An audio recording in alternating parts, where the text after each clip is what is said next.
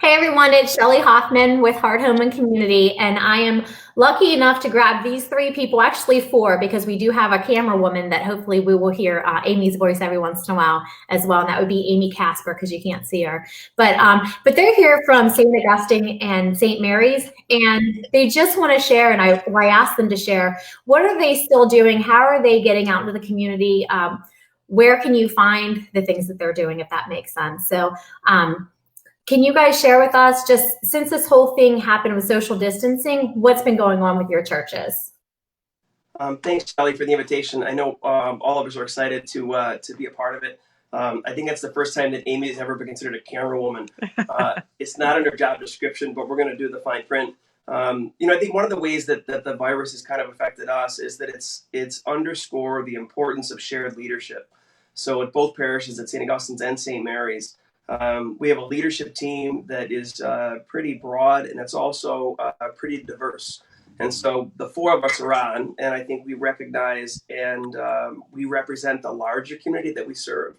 So I think that's the first piece, recognizing that it's shared leadership and that each person takes time as the point person in terms of how we lead and who we lead as a community of faith. If there's anything that the current situation has taught us is that we so value that need to be connected. And so the abrupt stop from being able to connect with people in church has really kind of nudged us and in some ways pulled us to be more creative in how we reach our communities. I think Deb and Renee can share a little bit about what we're doing now and how we reach the community and really what we need to do in the future. That sounds good. That's actually not just in your church or other churches, but in businesses. We have to get creative because we still have needs that we want to put out there. We still have needs that we need to meet, and the connection to our people. I mean, that really is what brings our community together. So, ladies, who would like to share first some of the things that you're doing? Go ahead, Renee. Oh. I think the first thing that we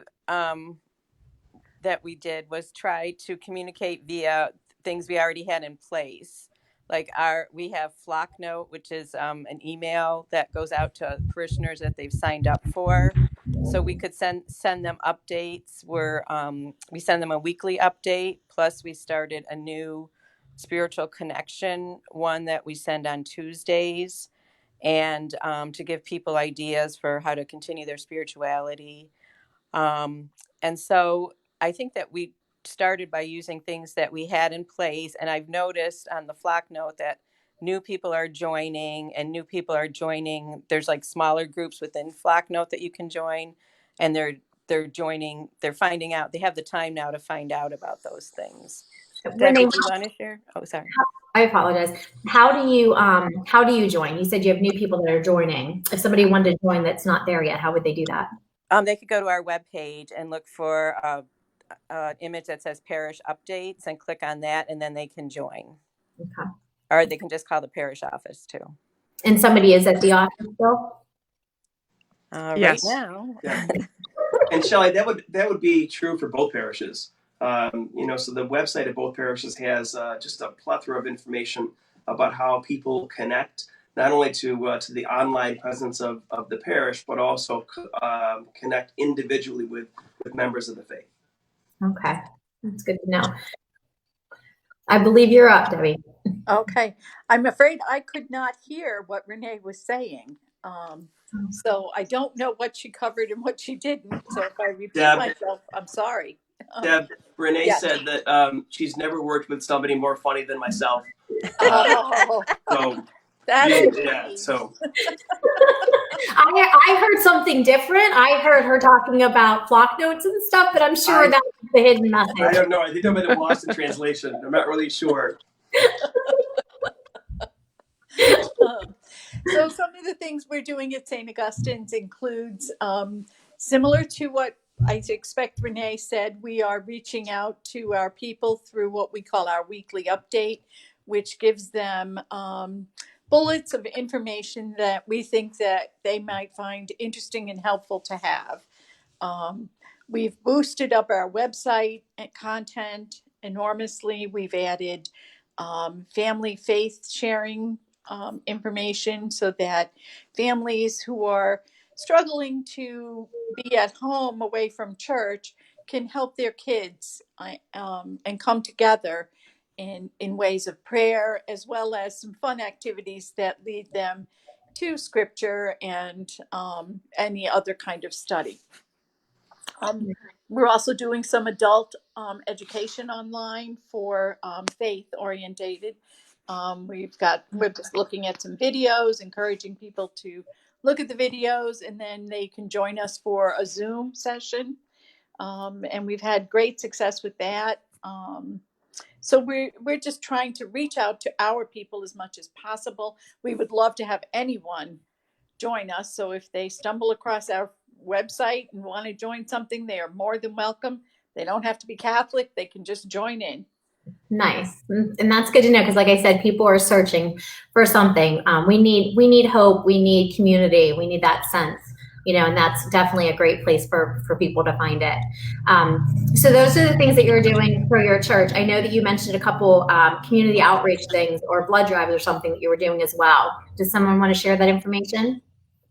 Amy probably would have a lot of that, but two things that Renee and Deb said that I think are important for us to be mindful of is that I think as Catholics, I think we're more aware that we're a sacramental church. And I think that happens across the spectrum of faith communities. And that it's so foreign to not have people in church to celebrate who we are as a people of faith. So I think taping Sunday Mass and sometimes the weekly Masses are really important for us because it connects people to the regular that they find so comfortable. With regards to the outreach, and I think the Red Cross we're so blessed that they contacted us and wanted to partner with both parishes of St. Augustine's and St. Mary's. But I think they presented an opportunity for us to be more present in the community. And Amy, I think it'd be great to be the point person, if you don't mind, Amy, just talk a little about that. So the Red Cross is here on Tuesdays and Wednesdays through the end of April. Tuesdays, their hours are 1 to 7, and Wednesdays, 8 to 1. So you can sign up on the Red Cross website and pick our site at St. Mary's to come in and give blood. What's been incredible is that we're seeing a lot of first-time donors, and their names that I recognize from both parishes and also from people in the community that are finding the time to come and donate blood. It's a wonderful opportunity. We're right here in the middle of Baldwinsville. It's easy to get to. It's easy to sign up, and the people from the Red Cross have just been tremendous in welcoming the community in to give blood. Shelley, when we first met with Kristen from the Red Cross, and she had asked us to consider having the blood drive, one of the statistics that she shared with us that was just so remarkable was that 90% of the blood drives that they had scheduled had to be postponed or canceled. So I think there's occasions like that in our community where there is a specific need, and that we're being led by events to be, people of faith to one another.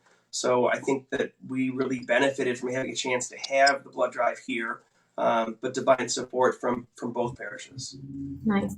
I just have one question, because obviously those were canceled probably because of the social distancing and stuff. How is the Red Cross handling it? So if somebody hasn't been down yet to give blood because they are trying to keep to themselves or the social distancing, I'm assuming there's a process in place with to keep everything as sanitized as possible, correct? Oh yeah, yes, definitely. So they, you can sign up online, and when you go out there, you can read all of their procedures. We have the blessing to have a nice big gym in the academy, so the social distancing, they're not even using half of the space. We're able to distance the people that are coming in to give blood.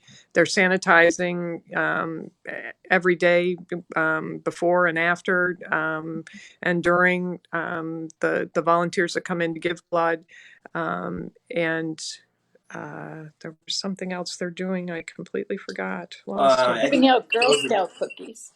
Oh yeah, too. Well, Well, there's your incentive right there. Yes, well, we like to exactly. think that the incentive is altruism, but it's altruism and cookies. Yeah. Somebody delivered an entire pallet of Girl Scout cookies, The Girl Scouts. and we're grateful for the donation. But from the time that they dropped the pallet off to the time that we started to distribute the cookies, we might have lost 1 or 2 boxes. And I'm not sure how they ended up in my office, but I don't really understand that. Yeah. I know I've seen quite a few posts on Facebook, people looking for the Girl Scout cookies. You know, there's They're here. Come get blood. You can have some. Yep. blood, yes. So another thing that was mentioned when I first started talking was there's a gentleman who does the music, I believe, between your two churches. And he has a lot of talent from what I understand, and he's still finding a way to share that. Can somebody let us know a little bit about him and what he's doing? So Ryan Schaefer is the music director of both parishes. I think one of Ryan's great gifts, and he has many, but one of his great gifts is that he can reach people with the gift of song. And if you've ever heard him sing, it's outstanding. But it's not just that gift that I think he embodies. It's also the ability to include people. And, you know, when you think about the choirs at both St. Mary's and St. Augustine's, and we have a teen choir, it is a cross-section of people from both parishes. And I think a lot of the growth of our choirs is due in part to his leadership style and kind of calling forth the best from all different types of people, but working for the same goal. I think that Ryan has used the quote more than often, that when we sing, we're praying twice. And it's not really his quote. I think it's St. Francis. But I think he captures that and embodies that in his own ministry. And what he did was he put out on Facebook that asking us what our favorite hymns were. And he got like a ton of responses. So that gave him the opportunity to involve the community for what we would like to hear. And then when he created the videos, he took pictures of both churches. And people are commenting how wonderful it is to see the church, the place they can't really go now, and to hear his voice. And I think it's given him an opportunity during this kind of downtime to use his gifts for the benefits of all of us. It's been awesome. It is ironic, though, that nobody has said that they've missed the voice of Father Lou and myself. So we're piling it on Ryan. He's going to carry the big weight. Well, in a time like this, really, I mean, they always say music brings people together. So for him to be able to share his music when we're in such isolation, it really does. It's uplifting, like you had mentioned, Renee, the pictures of the church, something that's familiar, you know, because it's nice to be home and spend time with family, to take walks and stuff. But that rhythm, especially if you were an every Sunday person, to miss that. And with Easter coming up, I mean, this is Holy Week. Typically, even people who don't tend to go to church, they come to church this Sunday. I think the nicest thing about what you're doing, what some of the other churches are doing, is it's bringing church to people who don't often get a chance to go for whatever reason. They can't get out of their house. They can't attend regularly. So I hope this is something that even after life goes back to normal and we can attend services and go back to work, that it's still those online things that you're doing stay in place. Because the other nice thing is, I don't know how many times you've ever been to a service and you missed a piece, or there was a part of it that really drilled home with you. And if things are online, you can actually go back and listen to them again. And you know, it's like that your favorite book that you read 3 or 4 times. If there's a sermon or a song or something that really touches you, it's your opportunity to go back and listen to it again in a time that's needed. You can bookmark it or something. So, you know, Shelley, the inverse is true, that people can now fast forward through our homilies. So we found that might be happening, but we don't take it personally. It's really okay. Oh, that's too funny. And I would never do that. So I don't know. That's all right. What happens here stays here. Is there something else that you guys are doing that you want to share? I mean, typically when conversations like this end, there's always that moment of, oh, I wish we would have told them this, or I wish, we would have said that. Is there something else you'd like to get out there to people? Or there's one thing that I'd like to mention, and that is we are, as both parishes, we are working very hard to continue to support the Baldwinsville Food Pantry by inviting our parishioners to bring food to the church. I'm not sure now with the voluntary stay at home that we're going to be able to how we're going to do that, but we want to continue doing it so that we understand that people. I just heard on NPR today that people are the increased need for food is really growing. We also support the backpack program in the Baldwinsville schools, so we're collecting food for that as well. And again, food can be brought to either church, and we'll eventually figure out a way to get it where it needs to go. Yeah, there's so I'm a Rotarian here in Baldwinsville as well, and the backpack program, the support that that program is getting in the food pantry, the Bville community is just it's I'm not surprised, but it's still amazing to see churches opening their doors for those programs. There's an organization called Baldwinsville Helping Baldwinsville, and they're trying to bring in not just for the people in those programs, but maybe an elderly person who's stuck at home, or a mom with a newborn that doesn't want to go out into the house. Definitely trying. But I did see, I think it was last week, there was a post about your church is opening their doors and being there as well, which is just great. Is there anything in particular? Because sometimes when people, they're looking for what do you need, or do you know if there's a shortage or something that doesn't come in as much as I think non-perishables would be great. And I think anytime they drop it off, it'd be great. If for whatever reason, if the church is closed, they could leave it at the rectory at St. Mary's or at St. Augustine's. But I do think that the non-perishables are really important, and that the blight of poverty and hunger doesn't go away in a day or 48 hours or a week or 2 weeks. It's a constant need in our community. So we'd like to be as present as possible to make sure that we can assist in meeting those needs. Perfect. I'm sure some of it's also going to the Meals on Wheels, and Ed Jordan had asked for the same thing, the non-perishables, because if there comes a time where, Debra, you'd mentioned about the stay at home, if there becomes a time that people can't deliver, they want to make sure they get enough non-perishables in the homes so that people can sustain through this. So it's a definite need. So, Shelley, about 2 weeks ago, or maybe 2.5 weeks ago, we had a small group that went up to Methodist Church where you belong. And I'd never been in there to see the main space. And I can't tell you how people were so enthused to talk about their church and a great sense of pride that they had in their church. I think that's true as a community in Baldwinsville. I think people are proud to live here. I think they're proud to serve here. I think they're proud to be connected to other people that share those same values and virtues. One of the things that I really believe has been so crucial for us is that we always have to be mindful that there are people that are constantly isolated. And in the past, we would have been able to meet that need. But because of the social distancing and the current crisis that we're in, we may not know everyone that's isolated.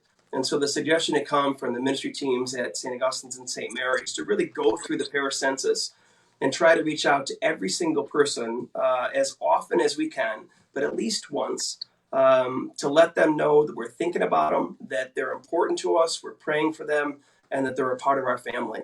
I am blown away by the creativity and the generosity and the altruism of both parishes, but I think most specifically the ministry teams. They really do a great job, and it's just it's an inspiration to minister with them. Well, and I think you pretty much hit the nail on the head right there, because it is you mentioned obviously my church, but it's all churches. We have quite a few churches in the Baldwinsville community, and they all have this major sense of pride and this connection that they didn't stop. When social distancing stopped, the churches didn't stop. You guys stepped up. Word of Life, they just step up. And I mean, it's true of a lot of things in Baldwinsville, but businesses had to stop. Churches didn't have to. And you guys didn't. If anything, you went full force to try and get out there to get to reach to more people. And And to me, that's what Bville in general just is. I tell people all the time, I know I don't know you three that well, but I'm such a Baldwinsville dork because I talk about and rave about it in the sense of the community that's here. I've been here about 10 years, and in the last 5, I really kind of literally jumped in, meaning I jumped in the Seneca River for the polar plunge, which I never thought I would do. But it's the community sense, you know, you just want to be a part of it. It's invigorating. I love it here. And I'm really glad I got to know the 4 of you. Hi, Amy, again. But and what you guys do. So I'll be checking out what you're doing on social media. I'm really interested in listening to his songs because to me, the music piece of it, that's a big part of church and worship and praying is the music. So it's great that he can still get that out there to the community. Mm-hmm. Yeah. Well, I thank you for your time. Thank you. And if there's anything else you want to share, just message me. I can throw it out on Heart Home Community. If there's something that's on your page that you want to farther reach, always just send it to me or make me aware of it. And we can share it on this page, Destination Baldwinsville, you know, just to get the information out there to as many people as possible. So I enjoy the rest of your day. Thank you again. Thanks very much. Thank you. Nice to meet you. Thank you.